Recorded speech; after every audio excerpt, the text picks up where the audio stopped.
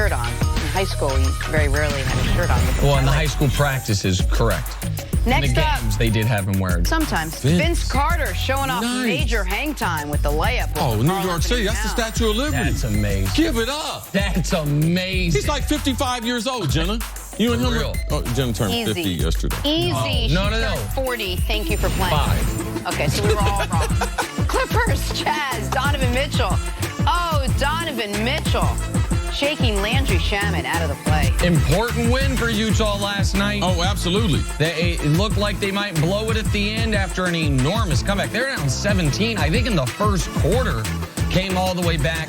Clippers trying to hold on to that playoff spot. Oh. Back to the Lakers. And a huge game for LeBron, the one-legged corner dagger. 3 of LeBron's team-high 33, but boy, this was a beauty. L.A. beaten up on the Pelicans 125-119. Lakers now still 3 games back of the 8th seed in the West.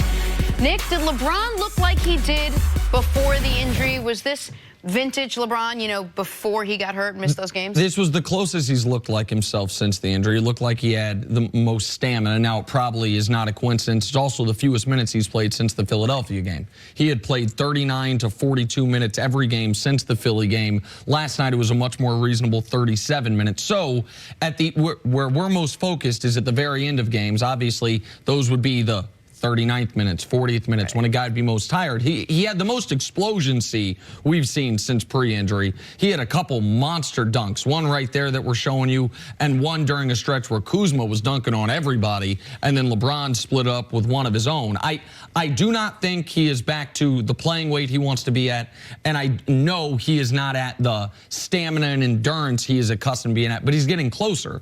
And it just reminded us, for people that were a little panicked, that LeBron James is still, when he is playing like LeBron James, the most dominant player we have in the league. Like last night, he was excellent on both ends of the court. Last night, he was hitting his shot, which is something he hadn't been doing since the injury. That was the other thing that happened. His three-point shot had gone awry a bit since he returned. So, yeah, he looked like LeBron James again last night. Last night, he did look good. It's the best that we've seen him since Christmas when he was injured. So, Christmas Day, we thought he was the best player in the world. I'm not going to get him back to that because for the last week, we talked about LeBron not being the best player in the world, looking overweight, looking like he was laboring.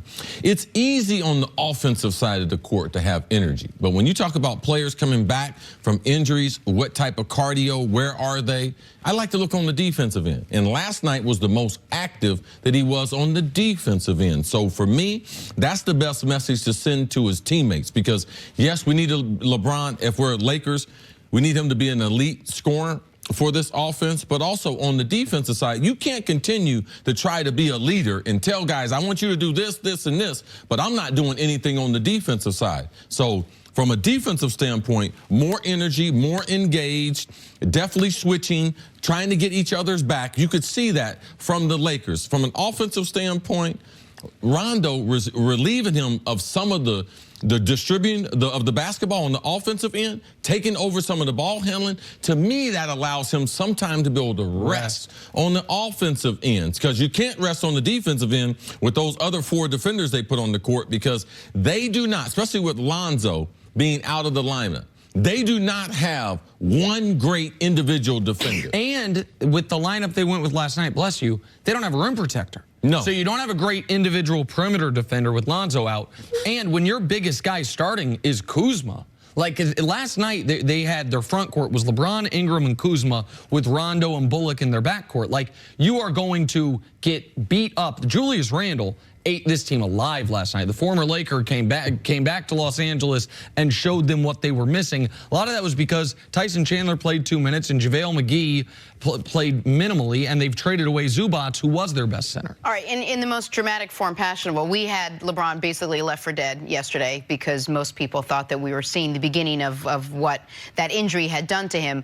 Do you still think, Nick, that LeBron is the best player in the world? Yes. Listen, he has not been the best player this season. Like, he is not going to be the MVP. I don't think he's going to finish top 5 in the MVP for the first time in 13 years. He's not going to be first-team All-NBA for the first time in 11 years. So he has not played to the level of the best player in the world. That is fair. But is he would you rather have, is there anyone in the world, if you could take him, put him on your team for the playoffs, you would rather have than LeBron? The answer is no. And if we thought... Wait, is that your answer as well? He's speaking for himself. Okay. He's not speaking for me. All right, go ahead. LeBron last regular season played all 82 games. He's the best player in the world.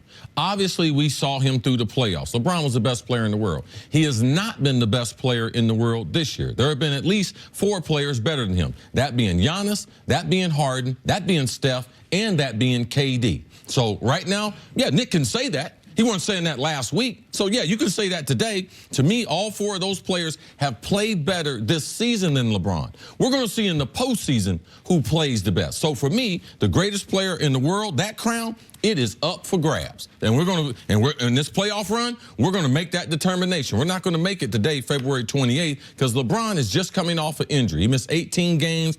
You talk about he might be 20 pounds overweight. If he is 20 pounds overweight, we know he's not the best player. So we need to wait till we get to the playoffs. He should have his stamina by then, and that we should judge. If LeBron's not in the playoffs, it's impossible for him to be the best player in the world.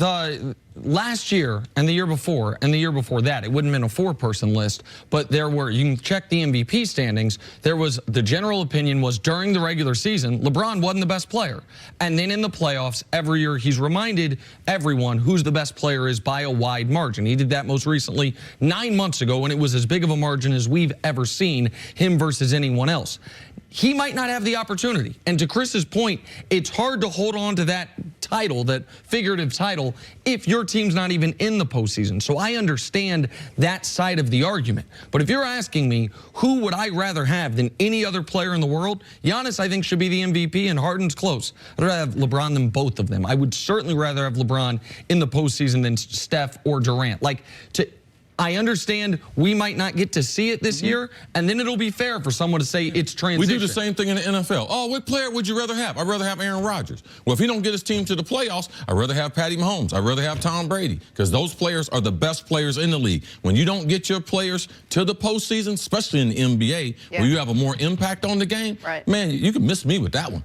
LeBron, that title, he get ready to hand that over to someone as he's watching the playoffs. If the Lakers don't make the playoffs, oh, yeah, it's good night. I would just argue, Michael Jordan, the day he came back from baseball retirement, he hadn't played in a year and a half, he was the best player in the world. Like, he hadn't even played basketball. Forget make the playoffs. Hadn't even played basketball in a year and a half. He was the best player in the world. When you've been to 8 straight finals, when you now are getting back to health, I will give LeBron that level of dispensation that we gave Jordan 20 years ago. Miss me with that.